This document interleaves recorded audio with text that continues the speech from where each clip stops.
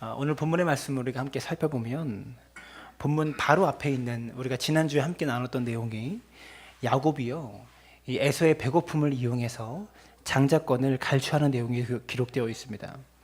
그리고 오늘 본문에서 한 장 뒤로 넘어가면 창세기 27장 1절에서 마지막 46절까지의 내용은요, 야곱이 눈이 어두워진 그 이삭을 이용해서 장자의 축복권을 빼앗는 장면이 기록되어 있다는 거죠. 이 두 사건 가운데 샌드위치처럼 오늘 본문 26장이 위치하고 있다는 것을 염두에 두고 우리가 말씀 속으로 들어와야 합니다.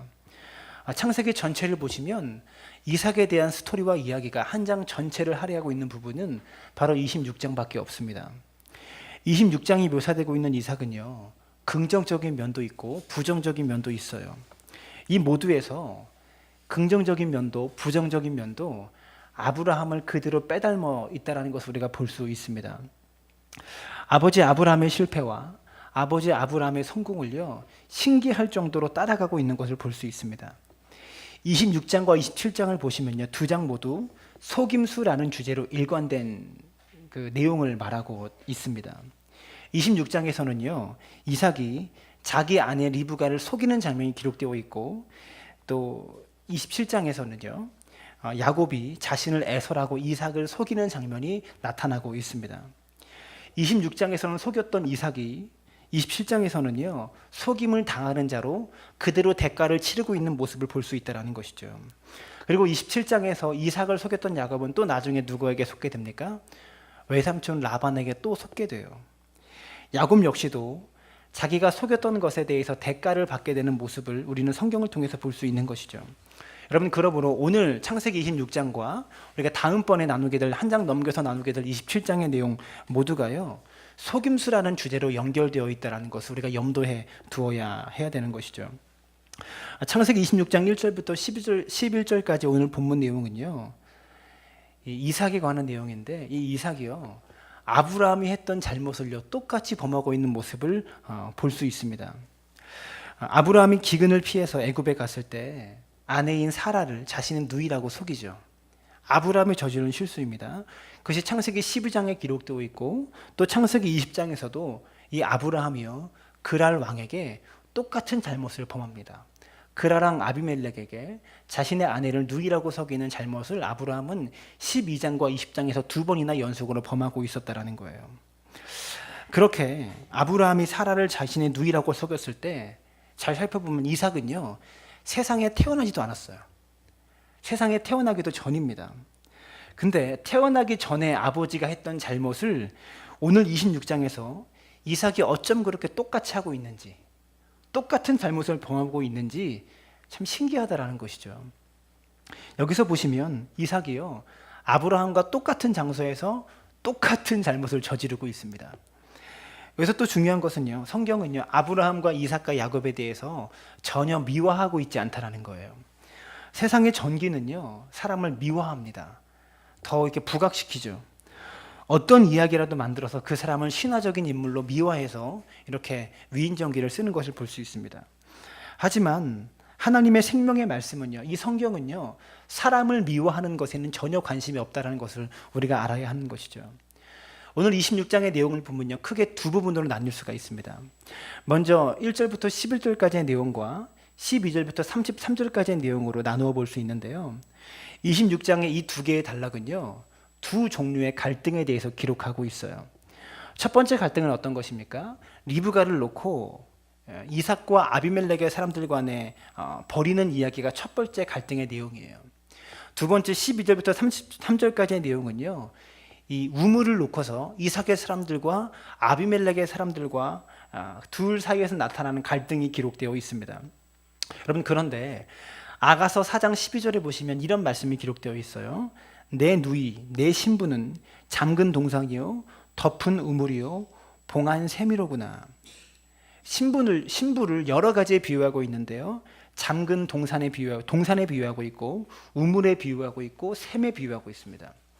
성경에서는요, 신부를 우물처럼 비유하고 있다는 거예요.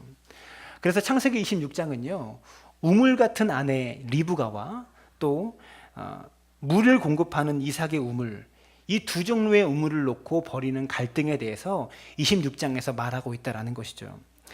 여러분 또한 1절부터 11절의 갈등을 보시면요, 누가 책망을 받게 됩니까? 10절의 말씀을 보면 아비멜렉이 이르되 내가 어찌 우리에게 이렇게 행하였느냐, 백성 중 하나가 내 아내와 동침할 뻔하였도다. 내가 죄를 우리에게 입혔으리라. 지금 아비멜렉으로부터 이삭이 호되게 책망받고 있어요. 이삭이 아비멜렉에게 혼나고 있다는 것이죠. 그런데 27절의 말씀에 보시면 이삭이 그들에게 이르되 너희가 나를 미워하여 나에게 너희를 떠나게 하였거늘 어찌하여 내게 왔느냐. 여기서는 지금 누가 책망하고 있습니까? 이삭이 아비멜렉을 책망하고 있다는 거예요. 26장에서는요, 두 종류의 의무를 놓고 벌이는 갈등에 대해서 이야기하고 있는데, 첫 번째 갈등에서는 아비멜렉이 이삭을 책망하고 있고, 두 번째 갈등에서는 이삭이 이제는 아비멜렉을 책망하고 있다는 것이죠. 상황이 바뀌어진 것을 볼 수가 있습니다. 이렇게 우리가 성경을 볼 때 내용을 분해해서 보는 것이 여러분 매우 중요해요. 그래야 아주 구속사적인 관점에서 이 본문의 의미를 정확하게 이해할 수 있기 때문에 그렇습니다. 주일 예배 설교나 이 금요 예배 때 설교는 제가 이렇게 은혜 위주로 이렇게 설교하려고 노력하지만, 이 수요 예배 설교, 수요 강해 설교는요, 성경 전체적인 흐름과 구속사적인 관점에서 말씀을 해석하고 그렇게 전하려고 노력을 많이 하고 있습니다. 오늘 본문으로 정한 1절부터 11절까지의 내용 역시도 두 부분으로 나눌 수가 있어요. 1절부터 6절까지가 한 부분입니다. 여기서는요, 이 그랄 땅 안에 이삭이 정착하게 된 이유와 배경에 대해서 설명하고 있어요. 그리고 7절부터 11절까지의 내용은요, 이삭의 거짓말이 기록되어 있다고 볼 수 있습니다. 그러니까 오늘 본문의 내용은요, 첫 번째 내용은 이삭의 순종에 대해서 말하고 있고, 두 번째 내용은요, 자신의 아내를 누이라고 속이는 이삭의 거짓말에 대해서 기록하고 있다는 거예요. 여러분, 똑같은 한 사람이요, 첫 번째는 순종의 모범이 되고, 또 한 번은 자신의 아내를 누이라고 속이는 파렴치한 잘못을 저지르고 있다는 것이죠. 그것은 무엇을 의미할까요? 사람이 이렇다는 것을 보여주고 있습니다. 한 번은 하나님의 말씀에 순종해서 놀라운 승리를 이뤘지만, 여러분, 승리를 이뤘다고 그 사람이 완전한 사람은 아니잖아요. 자신의 아내를 누이라고 속일 정도로 파렴치한 잘못을 범하고 있는 것이 역시 이삭의 모습이었다는 것이죠. 이제 본문을 강의하도록 하겠습니다. 1절의 말씀을 보시면 이렇게 말해요. 아브라함 때에 첫 흉년이 들었더니 그 땅에 또 흉년이 들매라고 말하고 있습니다. 흉년이 들었다는 내용을 통해서 이 사건에 임하는 전체적인 배경에 대해서 지금 설명하고 있는데, 아브라함 때에 첫 번째 흉년이 들었는데 지금 이삭이 살고 있는 이때에 또다시 흉년이 들었다라고 성경은 말하고 있다는 것입니다. 아브라함 때의 첫 흉년이 언제 들었습니까? 창세기 12장 10절에 기록되어 있는데 이렇게 말해요. 그 땅에 기근이 들었으므로 라고 말하고 있어요. 아브라함이 애굽에 거류하려고 그리로 내려갔으니 이는 그 땅에 기근이 심하였습니다. 아브라함 때 있었던 첫 번째 기근에 대해서 지금 배경으로 설명하고 있는데, 여기서 기근이라고 번역된 히브리어가 라하브라는 단어입니다. 라하브. 근데 창세기 12장에서 이 라하브란 단어를 기근이라고 번역했는데, 오늘 본문 26장 1절에서는요, 같은 라하브라는 단어를 흉년이라고 번역했어요. 여러분, 사실은 같은 단어가 사용되고 있는 건데, 저는 개인적으로 이 한글 성경에서 이런 번역이 좀 아쉬움이 많이 있습니다. 기근이면 일관되게 똑같이 기근으로 계속 써나가면 좋은데, 어디는 기근으로 어디는 흉년으로 같은 의미의 다른 단어로 번역한 것이 너무나 많아요. 그러니까 좀 일관되게 번역했으면 좋겠다라는 생각을 성경을 볼 때마다 많이 합니다. 여기서 기근이 아브라함 때도 있었고요, 이삭 때에도 있었어요. 그리고 뒤로 가면 야곱 때에도 또 기근이 일어납니다. 무슨 말일까요? 모든 사람들에게 기근의 때가 있다는 것이죠. 세상의 모든 사람들이 기근을 만나게 된다는 것입니다. 우리 모두는요, 인생의 기근을 만날 수밖에 없다는 것이죠. 하나님께서 아브라함에게 약속의 땅으로, 지시한 땅으로 가라고 말씀하셨습니다. 근데 그 땅에 도착하자마자 아브라함이 도착하자마자 그 땅에 기근이 발생한 것이죠. 여러분, 하나님 말씀에 순종하면 기근이 없어야 되지 않아요? 어려움이 없어야 되고 삶의 기근이 사라져야죠. 그런데 하나님께서 가라고 하신 길을 가면 기근이 없는 것이 아니라 그 길에도 기근이 있을 수 있다는 것을 우리가 배워야 하는 것입니다. 여러분, 하나님의 약속을 못 받은 사람의 삶에 기근이 있는 것이 아니라 하나님의 약속을 받은 사람의 삶 속에서도 기근을 만날 수 있다는 것이죠. 여기서 우리가 깊이 생각해야 되는 것은요, 우리가 신앙생활을 하는 목적은 무엇인가? 우리가 왜 예수를 믿습니까? 우리가 신앙생활을 하는 목적은요, 기근을 피하기 위해서 하는 것이 아닙니다. 만약 기근을 피하는 것이 신앙생활의 목적이라면 우리가 삶의 기근을 만날 때마다 시험에 빠지게 될 것입니다. 신앙생활의 목적은요, 기근을 피하는 데 있는 것이 아니라 기근을 이기는 데 있는 것입니다. 우리는 기근으로부터 면제받은 사람이 아니고요, 기근으로부터 승리를 약속받은 사람이 바로 그리스도인의 인생이라는 것을 기억해야 된다는 것이죠. 믿는 자에게도요, 기근이 있습니다.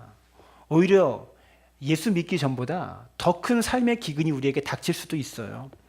그러나 믿는 자에게 닥치는 기근은 하나님의 섭리와 하나님의 뜻과 하나님의 계획이 있다라는, 우리가 그것을 믿어야 하는 것입니다. 어떤 때는요, 그 뜻을 받아들이기가 너무나 어렵고 힘들 때가 많이 있습니다. 그렇지만 하나님께서는요, 이 기근을 통해서 우리에게 두 가지의 목적을 갖고 계세요. 무엇이냐면 기근을 통해서 우리를 정결하게 만드시고요, 두 번째는 우리를 낮아지게 하시는데 기근의 목적이 있는 것입니다. 내가 정결해지고 하나님 앞에 정결하고 거룩해지고 또한 내가 겸손히 낮아지면 여러분, 그것은 무조건 우리에게 유익하다라는 것을 기억하셔야 되는 것이죠. 우리가 낮아지고 정결해져야지만 하나님이 우리를 쓰실 수 있는 것입니다. 우리가요, 기근을 만나면 기도하게 될 것 같지만 기근을 만나도 기도하지 않는 성도들을 많이 볼 수가 있어요. 기근을 만났다고 모두가 다 기도하는 것은 아니라는 것을 우리가 알아야 하는 것이죠. 목회자로서 우리 성도님들이 기근을 만날 때마다 참 마음이 많이 아픕니다. 그런데 여러분, 우리가 기근이 없이 성숙해질 수 있다면 얼마나 좋겠어요. 기근이 없이 우리가 성장할 수 있다면 얼마나 좋겠습니까? 그런데 삶의 기근이 없이 성숙해지는 사람은 없다라는 것이죠. 사람은요, 삶의 기근을 통과하면서 성숙해진다는 것을 믿으시기를 바랍니다. 하나님께서 우리에게 약속하시는 것은요, 기근으로부터의 면제가 아니라 삶의 기근으로부터의 승리라는 것을 기억할 수 있게 되기를 바랍니다. 우리가 이것을 믿고 의지할 때, 바라볼 때 기근의 목적에 대해서 이해하게 되고요, 그러면 우리 삶에 찾아온 기근 가운데서도 우리가 하나님을 찬양하고 찬송할 수 있다는 것입니다. 여기서요, 이삭이 당한 기근과 아브라함이 당한 기근을 비교해 보면요, 아브라함이 첫 번째 기근을 당했을 때 애굽으로 우거하려 내려갑니다. 그때 하나님께서는 아브라함에게 아무 말씀하지 않으셨어요. 인생의 기근을 만난 아브라함에게 아무 말씀하지 않고, 그래서 아브라함이 애굽으로 갑니다. 그리고 애굽으로 가서 자신의 아내를 누이라고 속이는 잘못을 범하게 되었습니다. 근데 오늘 말씀 2절에 보시면 여호와께서 이삭에게 나타나 이르시되 애굽으로 내려가지 말고 내가 내게 지시하는 땅에 거주하라 라고 말씀하십니다.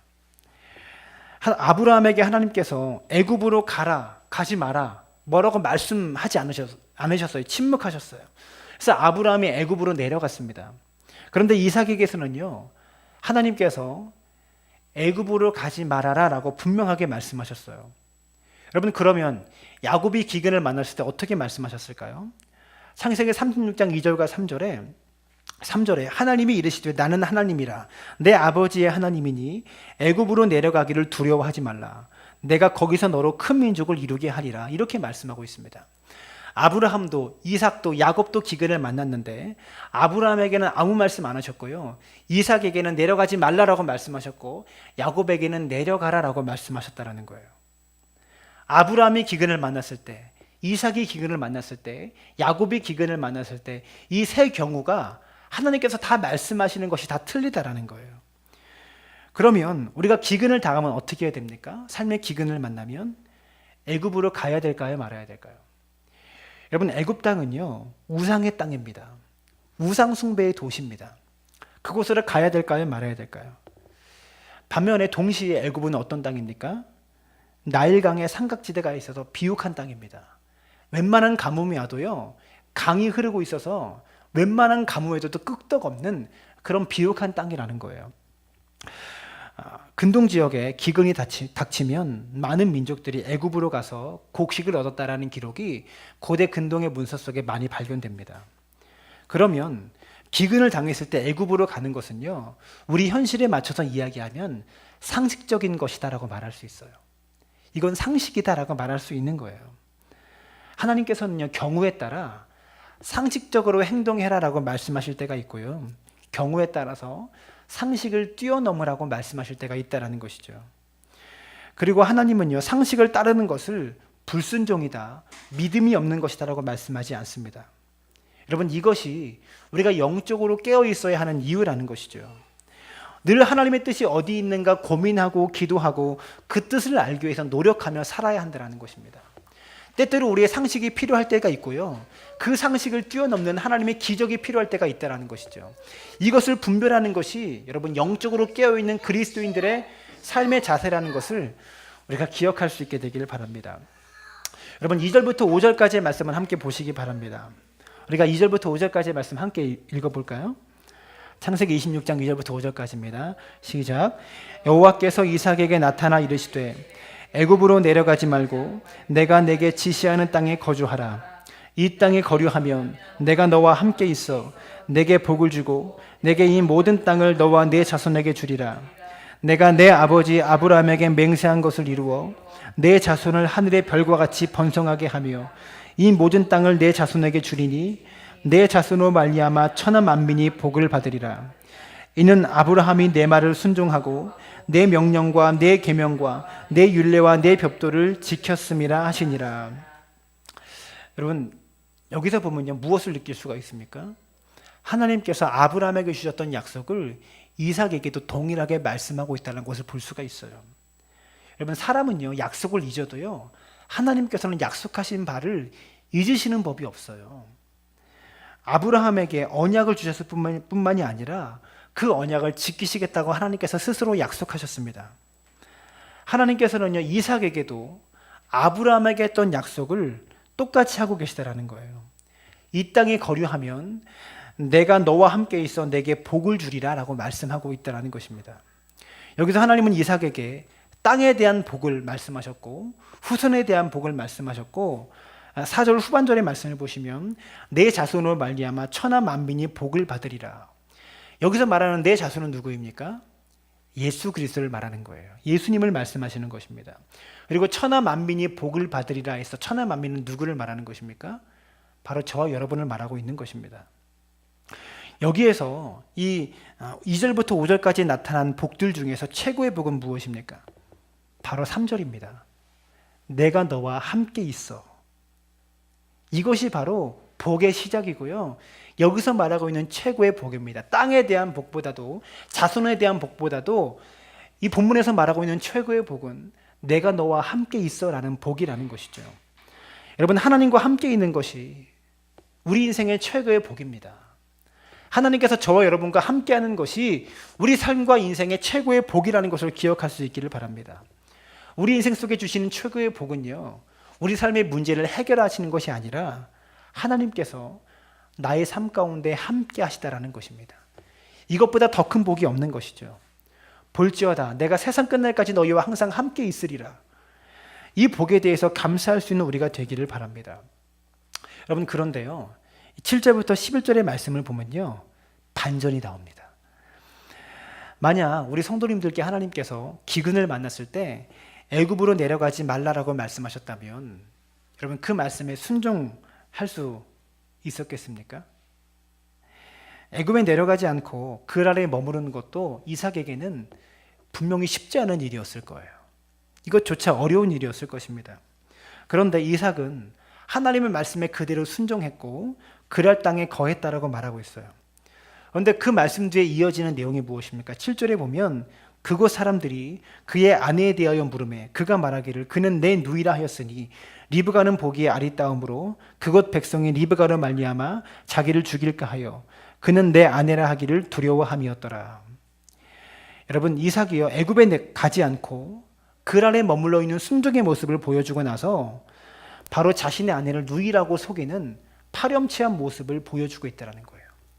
내가 죽을 것 같은 두려움 속에 아내를 챙기고 아내를 지키는 것이 아니라 아내를 이용해서 자신의 목숨을 연명하려고 하는 파렴치한 모습을 지금 보여주고 있다는 것입니다. 지금 이삭이 하나님께서 기근을 주셨을 때 애굽으로 가지 말라는 명령에 순종해서 그랄 땅에 머물러 있습니다. 이것은 큰 승리라고 말할 수 있어요. 이삭의 멋진 순종이라고 말할 수 있습니다. 그리고 이것은 아무나 할 수 있는 순종의 모습이 아니에요. 그리고 그 큰 승리 뒤에 자신의 아내를 누이라고 속이는 죄를 범할 수 있다는 것, 이것이 인간이라는 것을 우리가 기억해야 되는 것입니다. 여러분, 여호수아를 보면요, 여호수아서를 보면 이스라엘 백성들이 여리고성을 점령했을 때 정복한 직후에 이스라엘 백성들이 아이성 전투에서 실패하는 것을 볼 수 있습니다. 여리고성은요, 이스라엘 백성이 감히 점령할 수 없는 성이에요. 근데 그것을 점령하고 나서 정말로 여리고성에 비하면 작은 성읍인 아이성을 전투에서 패배하는 것을 볼 수 있다는 것이죠. 우리가요, 하나님을 의지하지 않으면 아무리 작은 시험에도 넘어지는 것이 인간이라는 것을 우리가 기억해야 되는 것입니다. 하나님과 동행하지 않고 하나님 붙잡지 않으면 작은 시험조차도 넘지 못하고 이겨내지 못하는 것이 연약한 우리라는 것을 이 본문을 통해서 깨달을 수 있다는 것입니다. 그런데 지금 이삭은요, 자신의 아내 리브가를 누이라고 속였습니다. 근데 아브라함이 자신의 아내 사라를 누이라고 속였을 때와 지금 이삭이 리브가를 누이라고 속였을 때와는 상황이 다른 것을 볼 수 있습니다. 아브라함이 애굽 땅에 내려가서 이 누이라고 속였을 때 바로가 사라를 취했습니다. 그리고 그랄 땅에 가서 거짓말을 했을 때도 그랄 왕이 아브라함의 아내 사라를 취했어요. 근데 여기서 오늘 본문에서 그랄 왕 아비멜렉이 리브가를 취했습니까? 취하지 않았습니까? 취하지 않았어요. 여러분, 그러니까 무슨 말입니까? 이 거짓말은 할 필요가 있는 거짓말입니까? 필요가 없는 거짓말입니까? 할 필요가 없는 거짓말이라는 거예요. 전혀 필요 없는 거짓말을 이삭이 하고 있다는 것입니다. 아브라함의 아내 사라가 애굽 왕에게 이끌려 갔을 때 하나님께서는 바로의 집에 큰 재앙을 내리셨어요.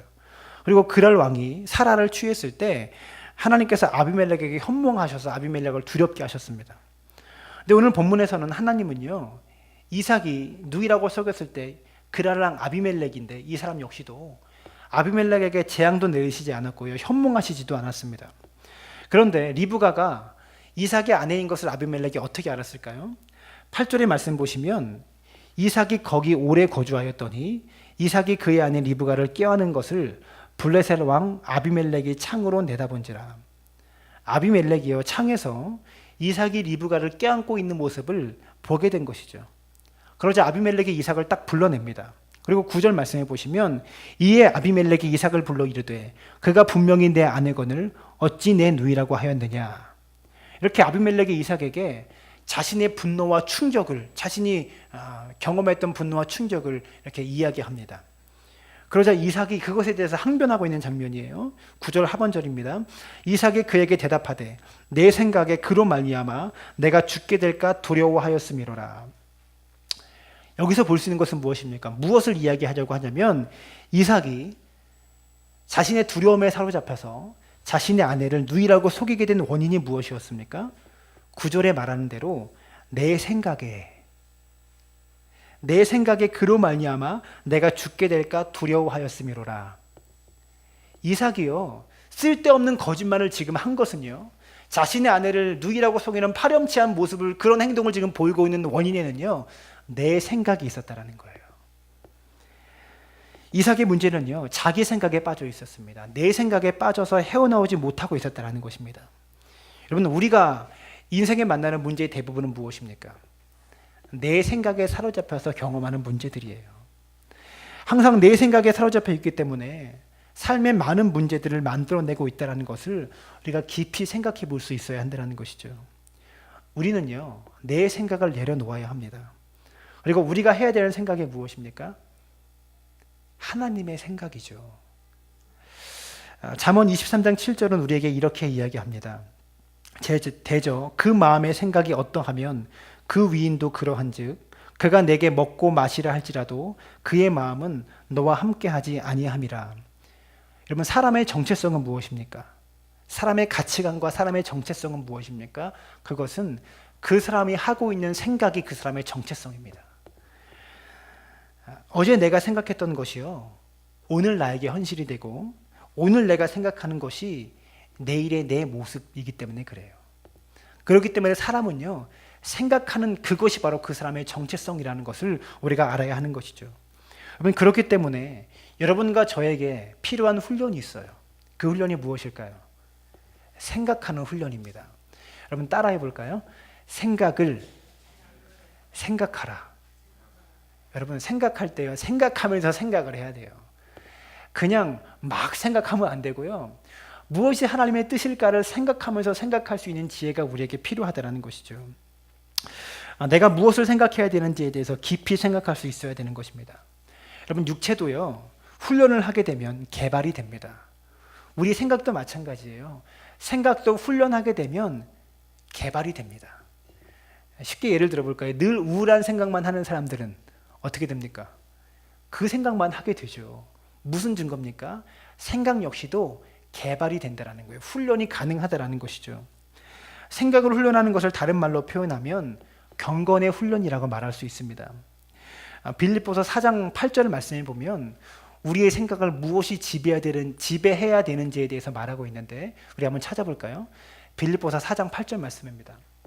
사도 바울 선생께서 우리의 생각 속에 무엇이 우리를 지배해야 되는지, 우리가 어떤 생각들을 해야 되는지에 대해서 말하고 있다는 것입니다. 빌립보서 4장 8절입니다.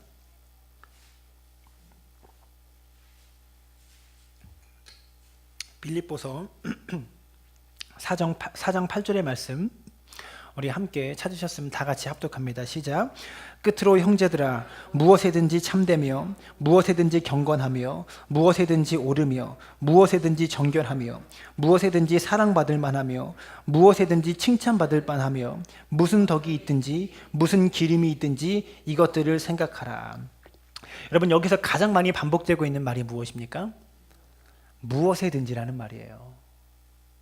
무엇에든지 경건한 생각을 해야 되고, 무엇에든지 옳은 생각을 해야 되고, 정결한 생각을 해야 되고, 다른 사람이 볼 때 사랑받을 만한 생각들을 해야 된다, 이렇게 말하고 있다는 것입니다. 여러분, 그런데 솔직히 우리 자신을 돌이켜 봐도요, 어떤 생각을 더 많이 합니까? 모든 사람들이 인정하고 사랑받을 만한 생각들을 많이 합니까? 아니면 다른 생각들을 많이 합니까? 우리는 분노에 대해서 깊이 묵상합니다. 오랫동안 생각하는 습관들이 있어요. 그러나 기쁜 것, 좋은 것은요, 잠깐 즐겁고 지나가는 생각들을 많이 한다는 것이죠. 사도 바울은요, 우리의 생각 안에 이런 것들이 우리를 지배해야 된다, 무슨 기림이 있든지 이것들을 생각하라 라고 말하고 있어요. 어떤 일을 하든지 이것들을 생각하라라고 성경은 기록하고 있다는 것입니다. 사도 바울은 빌립보 교인들에게 생각을 훈련해야 됨에 대해서 깊이 있게 가르침을 주고 있습니다. 이 빌립보서 4장 8절의 말씀을 붙들면서 여러분의 생각을 훈련할 수 있기를 바랍니다. 우리가 자녀를 양육할 때도 좋은 생각을 할 수 있도록 키워야 합니다. 그리고 부모가 좋은 생각을 해야 되는 것이죠. 오늘 본문을 보면 어떻습니까? 이삭이 태어나기도 전에 지금 하고 있는 실수를요, 아브라함이 했던 실수, 태어나기도 전에 뱃속에 있기도 전에 했던 그 실수를 이삭이 어디서 배워가지고 지금 이렇게 똑같이 하고 있는지 모르겠어요. 어쩜 이렇게 똑같을까? 자식들은요, 부모를 보고 배우게 됩니다. 부모는 자녀의 인생 속에 이 땅에서 첫 번째로 만나는 스승이고, 그리고 마지막까지, 최후의 순간까지 함께하는 스승이라는 것을 우리가 기억해야 되는 거예요. 처음부터 끝까지 부모라는 스승이 자녀와 늘 함께한다는 것을 기억해야 되는 것입니다. 말씀의 결론을 맺겠습니다. 오늘 설교를 준비하면서 저는 이런 생각을 한번 해보았어요. 만약에 이삭이 끝까지 아비멜렉을 속였다면, 끝까지 자신의 아내를 누이라고 아비멜렉을 속였다면, 여러분, 그것이 이삭에게 축복이 되었을까요? 저주가 되었을까요? 저주가 되었을 겁니다. 잠깐 자신의 두려움은 조금 사라질 수 있었지만 그것은 이삭의 인생의 뼈아픈 저주였을 것입니다. 끝까지 자신의 아내를 누이라고 속이는 것에 성공했다면 그 후에도 이삭은 계속해서 자신의 아내를 누이라고 속이며 살아야 합니다. 그리고 그것이 들통나지 않기 위해서 계속해서 거짓말에 거짓말을 만들어냈어야 돼요. 그리고 그렇게 계속해서 자신의 꾀를 의지하면서 살아가는 인생이 되었겠죠. 여러분, 그러므로 성도는요, 무엇으로 사는 사람입니까? 자신의 꾀와 자신의 머리로 사는 사람이 아니고요, 내 생각에는 이것으로 살아가는 사람이 아니라 성도는요, 인생의 길을 하나님과 동행함으로 살아가는 사람입니다. 그러므로 하나님과 동행하는 것 자체가 인생의 성공이라는 것을 기억할 수 있게 되기를 바랍니다. 오늘 하나님께서 이삭에게 약속한 이 2절부터 5절까지의 축복의 말씀, 내게 복을 주고 내가 이 모든 땅을 너와 내 자손에게 주리라. 내 자손으로 말미암아 천하 만민이 복을 받으리라. 이 말씀이 시작되는 부분에 있는 하나님의 말씀이 무엇입니까? 어떤 단어가 들어갑니까? 내게 복을 주겠다. 이런 여러 가지 복을 주겠다라고 말씀하시는 축복의 말씀 바로 앞에 내가 너와 함께 있어. 내게 복을 주고 내가 이 땅을 너와 내 자손에게 주리라. 내 자손으로 말미암아 천하 만민이 복을 얻으리라. 이 복의 시작이 내가 너와 함께 있어라는 문장으로 시작되었다는 것을 기억할 수 있기를 바랍니다. 그러므로 주님이 우리와 함께 계시는 것이 모든 복의 근본이고 시작이라는 것을 기억하고 날마다 주님과 동행할 수 있게 되기를 바랍니다. 우리가 그러므로 말미암아 인생의 기근을 만나도 하나님이 우리와 함께 계셔서 인생의 모든 기근에서 승리를 경험하는 복된 성도들 되어지시기를 주님의 이름으로 축원합니다.